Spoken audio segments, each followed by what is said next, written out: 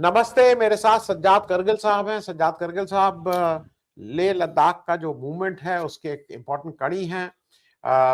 सरकार से उसको पूर्ण राज्य का दर्जा देने की बात है, उसके बहुत सी चीजें हैं जिसके लिए लड़ रहे हैं।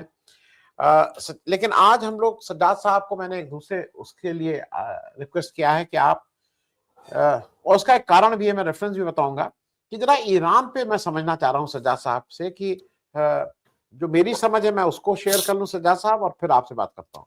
ये बात मैं इसलिए कह रहा हूँ कि जब मैं कश्मीर था, जब उस समय खामनैनी साहब ने अमेरिका को एक मुंहतोड़ जवाब दिया था, और मुझे ठीक से याद है कि एक शिया लीडर होने के बाद भी उस पूरे श्रीनगर में, मैं उस समय था, आप भी थे जब मैं एक आपकी कॉन्फ्रेंस थी वहीं आया था, पूरे कितने झंडे लगे थे और कितने पोस्टर लगे थे, और खमनैनी जी को एक बिल्कुल बड़े लीडर के रूप में और हीरो के रूप में उस समय उनका वेलकम हो रहा था। आज लेकिन चीजें दो दो अलग अलग चीजें हैं जो मुझे लगता है कि देश के लोगों को, जैसे मैं देख रहा हूं, आप भी उसमें जरा अपना क्लियरली हम लोग को बताइए क्या है। एक मामला है कि अमेरिका और इजराइल की अपनी दादागिरी, और वो कुछ कुछ अपनी धमकी दे रहा है, और ये कह के कि वहां पे ह्यूमन राइट्स का वायलेशन है, और इसलिए अमेरिका जो है वो तो मतलब सारे चाचा चाचा चौधरी हैं तो वो हर एक को ठीक करेंगे। ये एक अलग मसला है और इस पे आज अभी इस पे बाद में बात करेंगे। दूसरा मसला ये है कि ईरान में जो प्रेजेंट नेतृत्व है, जो इस समय खामनेनी साहब का नेतृत्व है, वो वहां के जनमानस की भावनाओं को के अनुरूप नहीं है। वहां के लोगों का ऐसा मानना है, एक बड़े वर्ग का, मैं ये नहीं कहूंगा कि वो तो इंटरनल मामला है, एक बड़े वर्ग का ये मानना है कि वो अपनी मनमानी करते हैं, वो डिक्टेटोरियल एटीट्यूड है, लोगों के भावनाओं के अनुरूप वहां की सरकार नहीं है, और इसलिए वहां पे एक कश्मकश है। उसको दबाने के लिए वहां पे उन्होंने उसको दबाने के, जो भी एक किसी भी डिक्टेटोरियल एटीट्यूड के होते हैं, उस तरह की बातें हुई हैं। तो मैं अभी अमेरिका और उसकी बात बाद में करेंगे, पहले वहां का इंटरनल क्या है, मतलब मैं उस पर आपसे समझना चाह रहा हूं कि लोगों की जनभावना उसमें उसका उसका मैनिफेस्टेशन नहीं हो पा रहा है। मुख्य मुख्य मुद्दा वहां की समस्या क्या है ईरान की? साज्जाद साहब। आनंद जी, बहुत बहुत शुक्रिया। बहुत एक अहम और बहुत ही ज़रूरी सवाल आपने पूछा है। जब हम ईरान की बात करते हैं तो हमें ईरान को सबसे पहले अंडरस्टैंड करना बहुत ज़रूरी है। वहाँ का गवर्नेंस स्ट्रक्चर कैसा है, वहाँ की पॉलिटिक्स क्या है, वहाँ का सिस्टम क्या है। 1979 में आयतुल्लाह खुमैनी जो फाउंडर थे इस्लामिक रिपब्लिक ऑफ ईरान के, ईरान में इससे पहले बादशाहत थी और बादशाहत को ख़त्म करके एक रिवॉल्यूशन आता है, एक इनकलाब आता है। उसके बाद एक रेफरेंडम होता है कि आप किस तरीके का हुकूमत अपने मुल्क में चाहते हैं। तो मोर देन, चूंकि वहाँ मोस्टली मोर देन 90% से ज़्यादा मुस्लिम पॉपुलेशन है और मुस्लिम्स में शिया पॉपुलेशन ज़्यादा है, तो सब लोग जो है वो इस्लामिक सेटअप के लिए वो वोट देते हैं। मोर देन 90% एक सेटअप को वो चुन लेते हैं और उस सेटअप का नाम रखा जाता है इस्लामिक रिपब्लिक ऑफ ईरान। तो जब ये रिपब्लिक बनता है तो वहाँ दो तरीके का सेटअप है, एक प्रेसिडेंट, पार्लियामेंट, शोरा, और एक सिस्टम है वली फकी का। वली फकी वो आदमी इंतखाब होता है जिसको शिया समुदाय में जिसे मुज्तहिद कहा जाता है, जिसे हम इंग्लिश में जूरिस्प्रूडेंस कहते हैं। तो एक मुज्तहिद को 5, 10, 15 लोगों का एक उनका सेटअप होता है जिसे शोरे शोरे निगहबान कहा जाता है, गार्जियंस कौंसल कहा जाता है। वो गार्जियंस कौंसल जो है वो इसका इंतखाब कर देता है, और उसके बाद इसके लिए एक होती है मजलिस खुबरगान। तो वो एक सेटअप ईरान का है। तो पार्लियामेंट में बाज़ाब्ता हर 5, 7, 7 साल 5 साल बाद जो है वो इंतखाबात होते हैं, जिस तरह दूसरे देश के मुल्क के दूसरे हिस्सों में होते हैं, दूसरे मुल्कों में होते हैं। और वहाँ ईरान में इंतखाब होता है। लेकिन आप ये बात सुन के बड़ा हैरानगी होगी कि पूरे अरब खित्ते में ईरान के अलावा बहुत सारे देशों में इस तरह का, खासकर आप सऊदी अरबिया की बात करें, यूएई की बात करें, बहरीन की बात करें, इन मुल्कों में इस तरह का इलेक्शन नहीं होता है जिस तरीके का इलेक्शन जो है ईरान में होता है। वेस्ट उसको कहता है कि ये बराए नाम है, ये डेमोक्रेसी नहीं है, सो कॉल्ड डेमोक्रेसी है, वो उनका कहना है। लेकिन ईरान में एक बहुत बड़ी तादाद जो है वोट देने चली जाती है।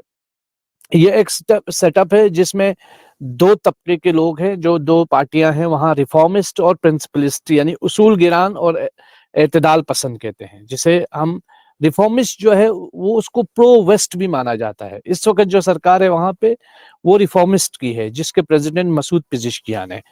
एक जो रहबरी वाला सेक्शन है, जिसे गार्जियन कौंसिल वहां का चुनता है, तो वो जो गार्जियन कौंसिल इलेक्ट करता है विलायत फकीह को, वो आयतुल्लाह खामिनेई साहब इस वक्त वहां के रहबर है। और उनका भी क्या होता है कि हर 6 महीने के बाद उनका एक रिव्यू मीटिंग भी हो जाता है, क्योंकि फिजिकली फिट है कि नहीं, स्पिरिचुअली फिट है कि नहीं, वो सारा चीजें वो उनके हिसाब से वो कर देते हैं। इस वक्त जो पिछले 47 सालों में 1947 से जब से ईरान में रिवॉल्यूशन आया है, तब से ईरान की ये पॉलिसी रही है कि हमारी पॉलिसी इस्तिकलाल यानी सेल्फ रिलायंस पे, अपना, जिसे हम यहाँ आत्मनिर्भर का नाम देते हैं, तो अपने ऊपर निर्भर होकर के हमने सारा कुछ लेना है और अपनी आज़ादी को हमने किसी और के हाथ में नहीं देना है।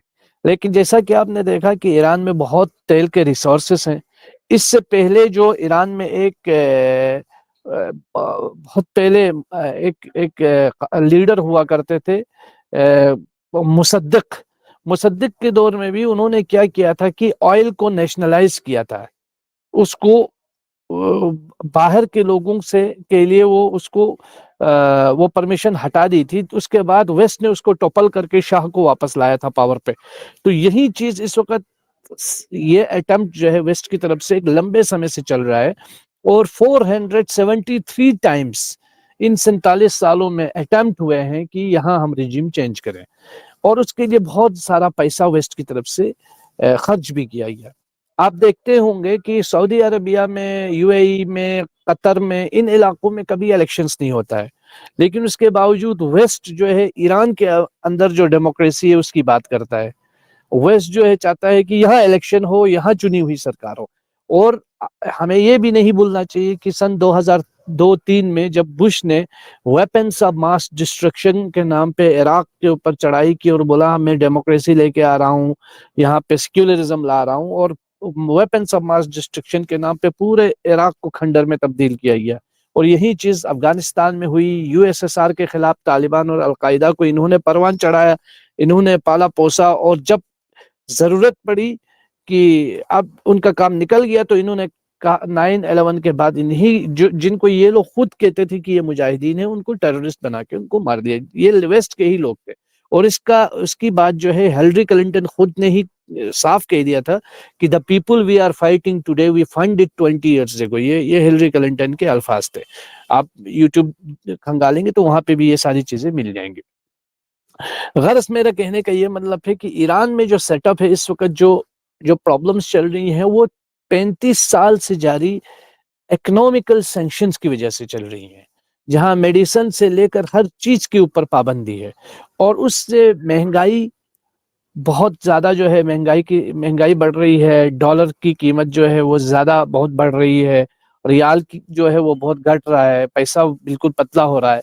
तो इस वजह से एक प्रोटेस्ट है। लेकिन उस वेस्ट ने क्या किया कि इस पूरे प्रोटेस्ट को प्रोटेस्टर्स वर्सेस खामेनेई का प्रोटेस्ट बना दिया, जबकि ये गवर्नमेंट के खिलाफ वहां का प्रोटेस्ट है, जो मसूद पिज़ेश्कियान की गवर्नमेंट है।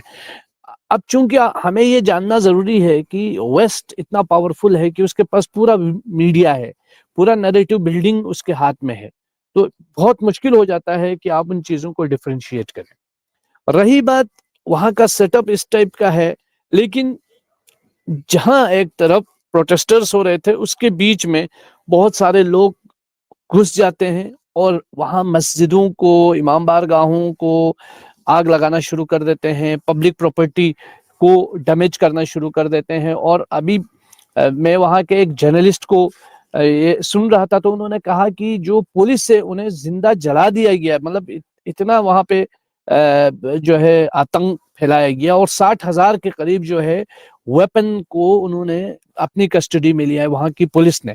और इकोनॉमिक प्रॉब्लम्स की वजह से, सैंक्शंस की वजह से एक गुर्बत का आलम है, महंगाई है, लेकिन जिसको खुद वहाँ के प्रेसिडेंट ने और इवन आयतुल्ला खामेनेई ने भी एडमिट किया कि ये जो प्रोटेस्ट है ये जायज प्रोटेस्ट है, बट प्रोटेस्ट और राइट्स में फर्क करना चाहिए, और उसी चीज को लेकर के ये सारा प्रॉब्लम सामने आता है। और हमें ये भी नहीं भूलना चाहिए कि जब अमेरिकन प्रेसिडेंट डोनाल्ड ट्रम्प कह रहे हैं कि आप जाके जो है इंस्टीट्यूशंस पे कब्जा करो, आप जाके जो है प्रोटेस्ट कर लो, सड़कों पे उतर जाओ, मेरी मदद आ रही है।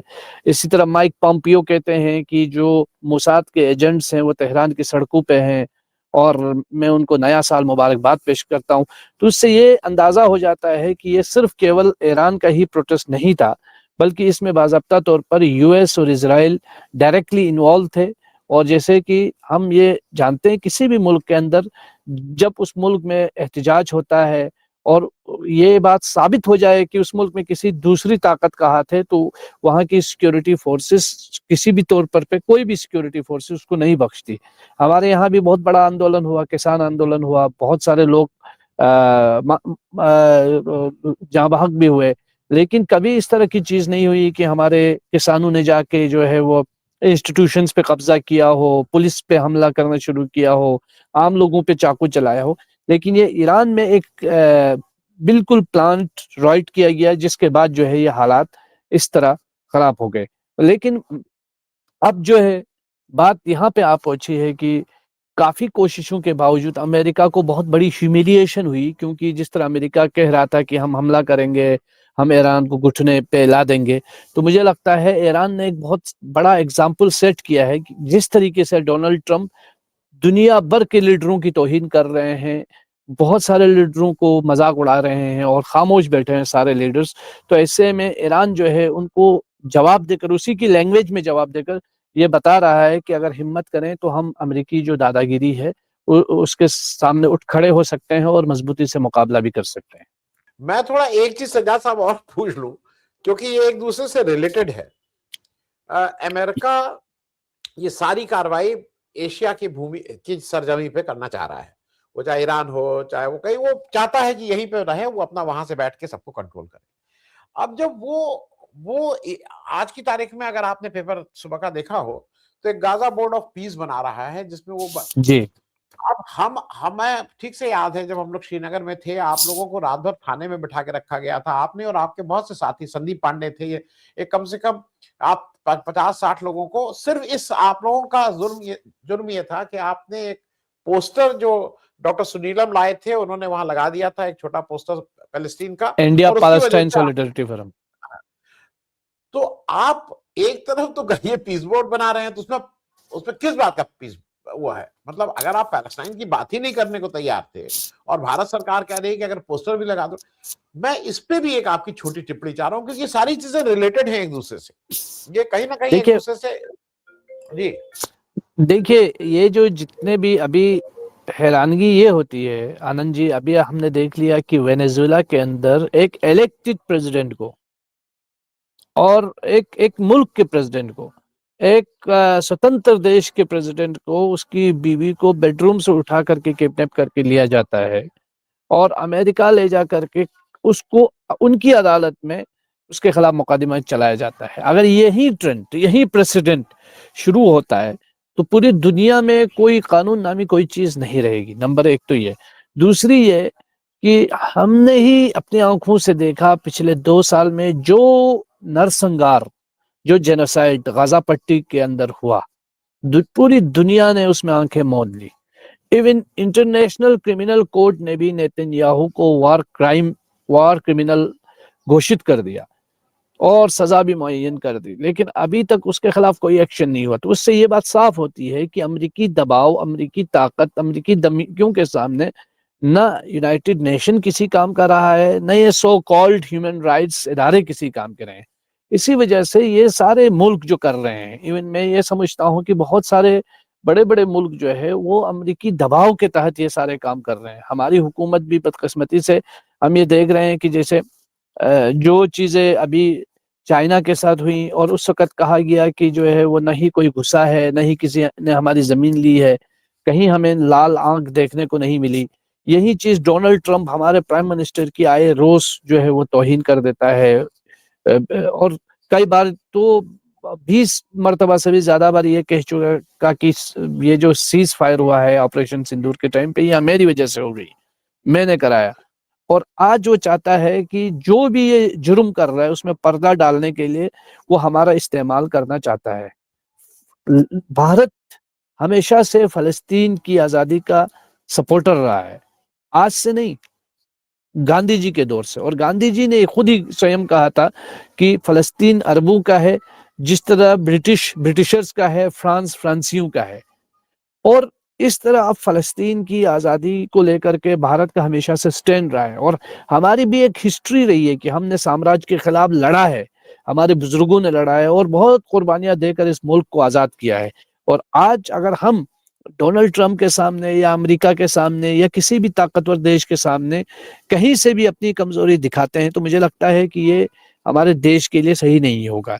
इस वजह से जो फलस्तीन के किसी भी ऐसे प्लानिंग के साथ जिसमें फलस्तीनियों की मर्जी शामिल नहीं है, जिसमें फलस्तीनियों के बगैर सारे मसाइल हल हो रहे हैं। देखिए, हम अपना जो कंपैरिजन पाकिस्तान से नहीं कर सकते हैं। पाकिस्तान एक ऐसा मुल्क है जो पूरी दुनिया में आइसोलेट होकर के आइसोलेशन की तरफ जा रहा था। और अचानक अब इनको रेलेवेंस कब मिल गई? थोड़ी रेलेवेंस मिल गई अभी डोनाल्ड ट्रंप को, इन्होंने जाके नोबेल पीस प्राइज के लिए इन्होंने ऐलान कर दिया। तो मैं समझता हूँ कि भारत सरकार को इस वक्त थोड़ा बहुत एक आत्मसम्मान का, अपना सेल्फ रेस्पेक्ट दिखाना चाहिए और थोड़ा डिटरेंस दिखाना चाहिए कि हम जो है मुकाबला कर सकते हैं, हम तुम्हारे किसी भी जान से में आने वाले नहीं है। और ये जो जितना भी गाजा पीस डील या इब्राहिम अकॉर्ड या सेंचुरी डील हो गई है, इन सब का कोई माने नहीं है, इसमें कोई फलस्तीनियों की मर्जी शामिल नहीं है। और ये सारे के सारे जो है आपको सारे अकॉर्ड फेल नजर आएंगे, क्योंकि अभी तक फलस्तीन में 2 साल गुजरने के बाद, 2 ढाई साल गुजर रहे हैं, फलस्तीन का रेजिस्टेंस अभी खत्म नहीं हुआ है। फलस्तीन के लोग अभी तक, क्योंकि जिन टारगेट्स को अचीव करने के लिए नेतन्याहू ने गजा के ऊपर चढ़ाई की थी कि मैं हमास को खत्म कर दूंगा, हमास आज भी वहां मजबूत तो नहीं, कमजोर है लेकिन मौजूद है। आप लबनान के अंदर हिजबुल्लाह आज भी मौजूद है। आप देखें फलस्तीन की रेजिस्टेंस आज भी जिंदा है। और जब तक मसले फलस्तीन जिंदा है, जब तक फलस्तीन का कॉज जिंदा है, तब तक फलस्तीन का इशू जिंदा रहेगा। और ये सारे जो अकॉर्ड है ये कामयाब होने वाले नहीं, कि कहीं पहुंचने वाले नहीं है। जी, बस सज्जाद साहब, चलते चलते मैं एक टिप्पणी कर दूं और आपका एक छोटा सा उस पे वो ये मैं किसी से बात किया कर रहा था, तो हुआ क्या है कि हम लोगों के दिमाग में भी रोज ये बिठा दिया गया है कि धीरे धीरे धीरे धीरे धीरे धीरे करके कि ह्यूमन राइट्स के ठेकेदार वेस्ट में बैठे हुए हैं। तो जी वो एक एक एक एक इस देश का, कह लीजिए इस एशिया के पूरे उसका ये है कि सारे जो है वहाँ ह्यूमन राइट्स के सब लोग वहीं बैठे हैं, वहीं पे ह्यूमन राइट्स होता है।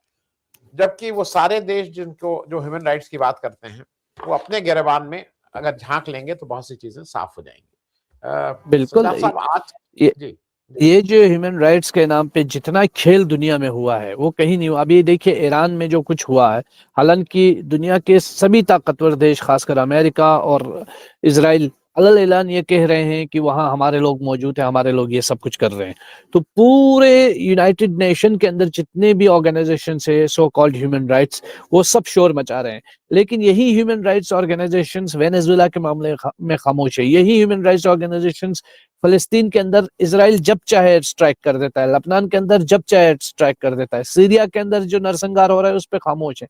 तो ये पूरा का पूरा जो है वेस्ट के क्राइम्स पे पर्दा डालने के लिए ये संस्थाएं काम करती हैं और इनका कोई महत्व नहीं, इम्पोर्टेंस नहीं है। और मुझे ये बिल्कुल आपकी बात जेन्युइन लगती है कि हमें वेस्ट से ह्यूमन राइट्स सीखने की जरूरत नहीं है। हमें अपने वैल्यूज और अपने सोच के साथ, अपनी आज़ादी के साथ इन चीज़ों का जो है वो जजमेंट करना चाहिए। बहुत बहुत शुक्रिया सज्जाद साहब, और एक इस वादे के साथ आपसे कि एक बार कश्मीर की और लेह लद्दाख की और इन सब की बात भी जल्दी ही करेंगे, बिल्कुल क्योंकि वो भी एक अहम मसला है जो जो कहीं ना कहीं हरदम उस पर बात होती रहनी चाहिए। बहुत बहुत बिल्कुल। शुक्रिया बातचीत। Thank you. Thank you. बहुत बहुत शुक्रिया। धन्यवाद।